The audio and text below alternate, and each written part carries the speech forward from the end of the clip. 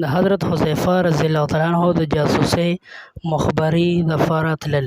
حضرت حذیفه رضی الله تعالی عنه فرمایي چې غزوه خندق کې زموږ یو طرف ته خو د مکې کافران او د هغې سره د نورو کافرانو ډېرې ډلې وې چې په موږ باندې راختلې وې او د حملې دپاره تیار وو، او بل طرف ته په خپله مدینه منوره کې د بنو قریظ یهودیان زموږ په دښمنۍ لګېدلي وو چې د هغې نه هر وخت خطره وه چې هسې نه مدینه منوره خالي وویني او زموږ اهل و عیال چېرته بیخي ختم نه کړي. موږ خلک د مدینې منورې نه بهر د جنګ په سلسله کې پراته وو او د منافقانو ډلو د کورونو خالي کېدو او د یوازې بهانې کولې او اجازت یې اخیستلو خپل کورونو ته واپس تلل، او نبي علیه السلام به هر اجازت اخیستونکي ته اجازت ورکولو. دې دوران کې یوه شپه دومره سخته سیلۍ راغله چې نه د دې نه وړاندې کله داسې راغلې وه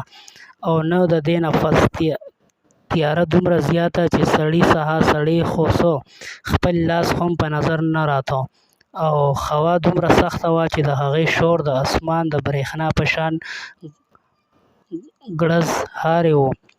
منافقانو خپل کورونو ته واپس کېدل. زموږ 300 مجموعه دغه ځای وه. نبي اکرم صلی الله علیه وسلم د یو د حال پوښتنه کوله او په دې تیاره کې یې د خر خوا تحقیق کولو. په دې کې زما خوا څخه نبي علیه السلام تېرېدلو. ما سره نه خو د دښمن نه د حفاظت دپاره څه وسله وه، نه د یخنۍ نه د حفاظت دپاره څه کپړه، صرف یو ورکوټی غوندې څادر و چې په اغوستو کې تر پوندو پورې راتلو، او هغه هم زما نه و، د بیبي مې و. هغه ما اغوستی و. په پنډو باندې ځمکې پورې انښتی وم. نبي علیه السلام پوښتنه وکړه څوک یې؟ ما عرض وکړو حذیفه. خو زه د یخنۍ له وجې پاڅېدی هم نه شوم او د شرم له وجې ځمکې پورې پیوست شوم.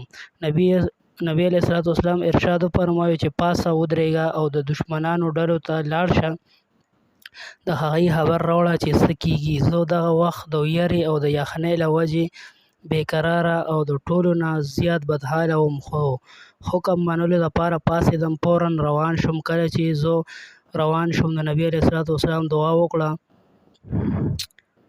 ای الله، ته د ده حفاظت وکړې، د مخکې نه، د وروستو نه، د ښي طرف نه، د ګس طرف نه، پورته نه او ښکته نه. حذیفه رضی الله تعالی عنه وایي چې د نبي علیه السلام دا ارشاد فرمایلي وو چې گویا ما نه ویره او یخني بیخي لاړه، او په هر یو قدم باندې دا معلومېده چې گویا ګرمۍ کې روان یم. نبي علیه السلام د تلو په وخت دا هم ارشاد فرمایلی وو چې لاس په ونه خوځوئ، چوپ چاپ وګوره راشه چې څه کېږي. زه چې هلته ورسېدم نو ومې لیدل چې اور بلیږي او خلک ورته تودېږي. یو کس په اور لاس تودوي او په تشي باندې راکاږي، او د هر طرف نه واپس ځي اوازونه راځي. هر یو کس د خپلې قبیلې خلکو ته اواز کوي، وایي چې واپس ځئ، او د هوا تیزۍ په وجه د څلورو واړو طرفه د هغې په خیمو باندې کاڼي راورېږي، د خیمو پړي شلېږي او آسونه وغیره ځناور هلاکېږي. ابوسفیان چې د ټولو جماعتونو دغه وخت گویا سردار جوړ شوی و، په اور تودېدو زما زړه کې راغله چې موقع ښه ده دې ختم کړم. د ترکش نه مې غشی راوویسته، لینده کې مې کېښودو، خو نبي علیه السلام ارشاد رایاد شو چې څه حرکت ونه کړي او وګوره او راشه. په دې وجه مې غشی ترکش کې کېښودو. هغه شکمن وشو.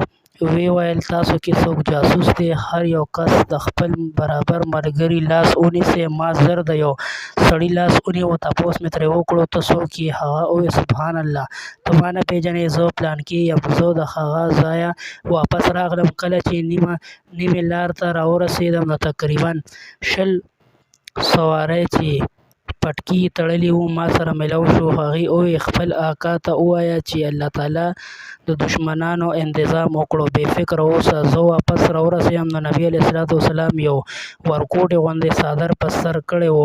مونځ یې کولو. همیشه یې دا عادت شریف و چې کله به څه د ویرې خبر پیښ شو نو نبي علیه الصلاة والسلام به مانځه طرف ته متوجه کېدلو. د مانځه نه په فارغېدو ما د هغه ځایه کوم منظر چې لیدلی و عرض مې کړو. د جاسوس کیسه یې چا واورېدله نو غاښونه مبارک یې د خندا نه وځلېدل. نبي علیه الصلاة والسلام زه خپلو پښو مبارکو ته نږدې څملولم او د خپل څادر لږه حصه یې په ما باندې واچوله. ما خپله سینه د نبي علیه الصلاة والسلام تلو سره پیوست کړه. پیدا کې لیکي د دې حضراتو دا حصه وه او د دوی دپاره دا مناسبه وه چې دومره قدرې سختو او د تکلیفونو په دې حالت کې هم حکم منل د بدن، زړه، جان و مال د ټولو نه زیات خوښ و. الله جل شانه که بغیر استحقاقه